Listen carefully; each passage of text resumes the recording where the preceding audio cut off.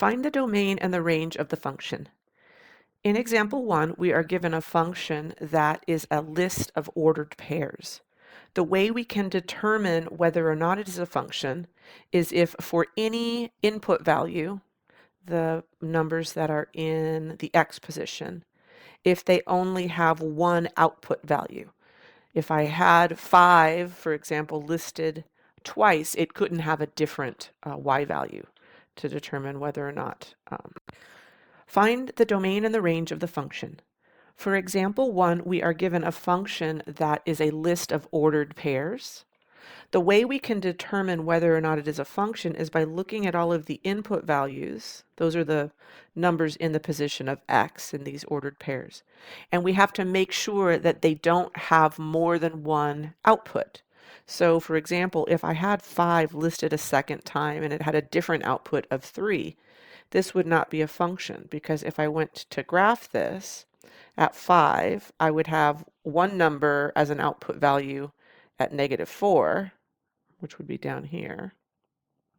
And then I would have another output value up at +3, and this would violate the vertical line test that we saw in the last section. So this is in fact a function, and we want to list its domain and its range. Its domain are all the input values. So I'm going to list the values that are in the position of x, -5, 0, 5, 10, and 15. And its range is all of the output values, the values in the position of y. 4, 0, -4, -8, and -12. Most of the time when we have a function where it's listed in format more like example 2, and I've put a graph here just so we can take a look at this to figure out what's happening. This is a polynomial. Polynomials are anything that have powers of x and they're added together with other powers of x and added with other numbers. Polynomials are always smooth and continuous. They don't have any breaks, they don't have any holes, and it turns out that the domain for them is always all real numbers. We don't have any restrictions on the domain. And that's the same for the range. The range is also all real numbers. What that means is if I were to take this function and drop it down onto the x-axis, it would touch every single value. It's going on endlessly in both directions here. Similarly, if I were to take this graph and drop it onto the y-axis, it would also touch every single value. So that's why we're saying all real numbers is the domain and the range for this. The way we would write this in set notation is the set of all x such that x is a real number. That would be the domain. Oops.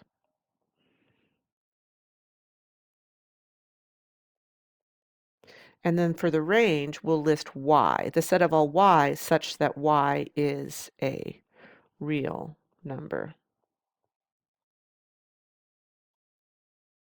This is the range. In interval notation, we would list this as -infinity to +infinity for both of these. For example 3, we have a function that's got both a vertical and a horizontal asymptote. I can find the vertical asymptote by looking at the denominator here. We know that 2x minus 1 cannot be equal to 0, so 2x cannot be equal to 1, and x cannot be equal to 1/2. So when I look at this function here, it looks like the vertical asymptote is at 1/2.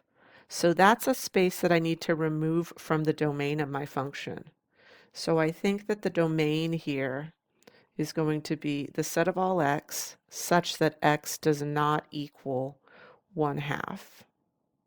That's in set notation. In interval notation, I would list it from -infinity up to 1/2. I can't include the 1/2. And then I'm going to go from 1/2 up to +infinity. This function also has a horizontal asymptote. The horizontal asymptote in this case comes from looking at the comparison of these x values. If I were to simplify 4x over 2x, I would end up getting 2. So it turns out that y equals 2 is the horizontal asymptote here. So for our range, we'll have the set of all y such that y does not equal 2. Or in interval notation, I would go from negative infinity to 2, and then up from 2 to positive infinity.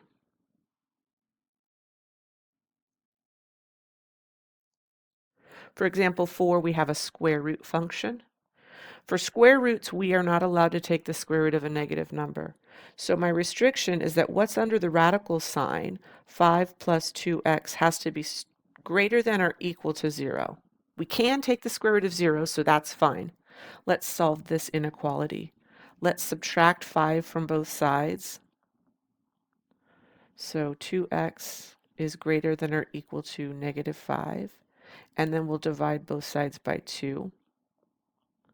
So x is greater than or equal to negative 5 halves. That's matching up with what we see on the graph here. I can see that this looks like negative 2.5, which is where the graph is starting, and then it's going to the right. So it is x values that are greater than negative 5 halves. So for our domain, we'll say the set of all x such that x is greater than or equal to negative 5 over 2.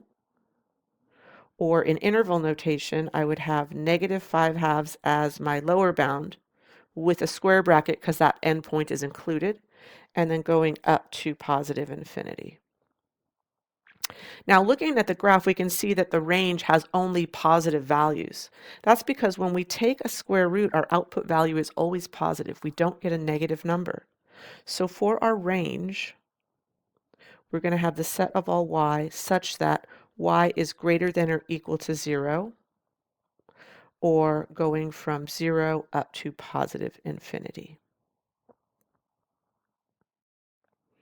Here's an example of a function that is listed in graph form for an application, world population increase. And we can see that this graph, the x-axis, which is going to be our domain, is going between the years of 1950 and 2000. So for our domain, we think that's going to be from 1950 to 2000. I can include everything in the middle because at any point in time I can see that I've got data here for, I don't know, 1962 or wherever that might be. I have data there so I can have every single value that's in between them. Now what about our range? It looks like our range, which is the y values,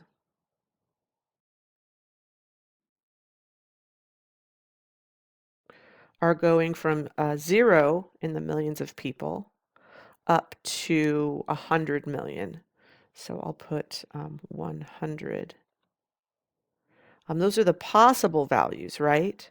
But what is the graph actually showing us? What is the graph actually showing us? So that was just looking at, this is what we're going between. But here it looks like our lower end is maybe 45 million.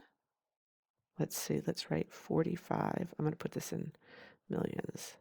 And then going up to, let's see, what was our highest value here? Maybe here. Is that 90 million? And I'm going to say the numbers are in millions. So it's the scale is what's shown on the y-axis, but to get the actual range, I want to look at the values that the graph is touching.